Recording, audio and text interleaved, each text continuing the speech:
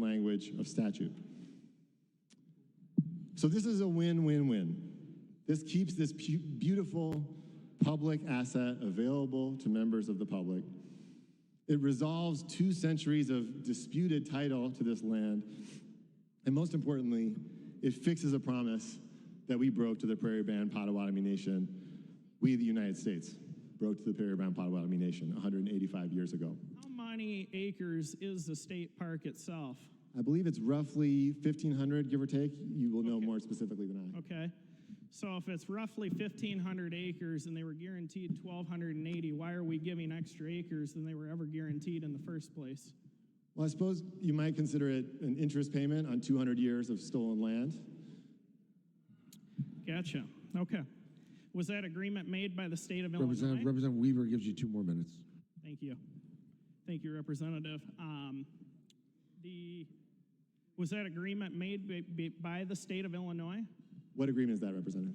The initial treaty agreement, was that made by the state of Illinois? No, it's a treaty between the federal government of the United States and the federal government. So why are the taxpayers of Illinois then on the hook for paying, in your mind, interest payments or a couple hundred acres of interest payments on a land an agreement that they never made, that 49 other states made along with them? Well, as you know, there weren't 50 states in 1829, but the reason is that the state has gotten itself involved in this issue by purchasing land, using federal funds, of course, as I mentioned, purchasing land that, as I said, everyone recognizes legally belongs to the nation. So the state, unfortunately, the state is involved in this issue whether we like it or not. Okay.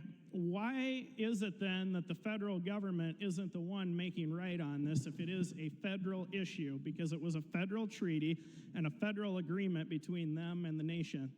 Well, I think we all wish that the federal government would have made right on this in 1849, and the federal government has had many, many opportunities to make right on this in the last 180 years. But today before us, we have an opportunity to make it right ourselves. And I think it's incumbent upon us to take that opportunity. It's not our agreement to make it right on, but I'm not going to argue that at this point. Why not go to court? If there is, as you say, legal proceedings in place here that say that that is their land, why not take this to court? That's what the system's for. It's the judicial system's there to be a check on the legislative and executive branches. So why are they not taking this to court? Well, so that's a great question, and I want to get into it a little bit, because I think there would be, I want to walk through the consequences of what would happen if the tribe prevailed. Please do. So if they were given the land that they were promised in this original treaty, Representative Wright gives 2 minutes. If they were given the land that they were promised in this original treaty, here's what they would get. They would get half a state park, so the state would have half a park and they would have half a park. That doesn't seem like a terribly good outcome for anyone. They would be given... We still retain ownership of half a park, but go on. They would be given part of this county forest preserve, and then they'd be given a bunch of private land that people currently live on today. And I don't know what kind of position those folks would be left in. I think that is a very precarious position for those folks to be in. This legislation is to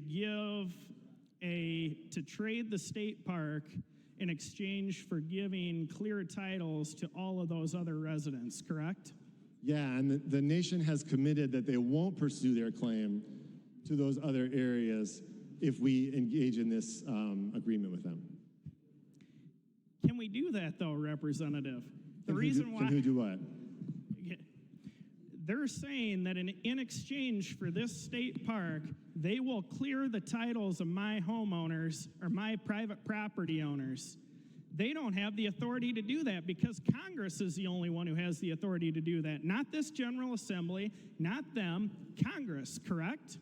They have said, they have committed that they will not pursue their claim to the remainder of these lands, to the privately owned lands in the area. So are they committed enough to make this land transfer agreement subject to that federal legislation going through, exempting the property of my homeowners? Well, I think if you were a member of a tribal nation, you might be a little skeptical of waiting around for the federal government to come help you out. My view is that the nation today, should we not pursue this agreement, the only avenue left to them will be pursuing a legal settlement of this that will leave those folks' titles in serious jeopardy.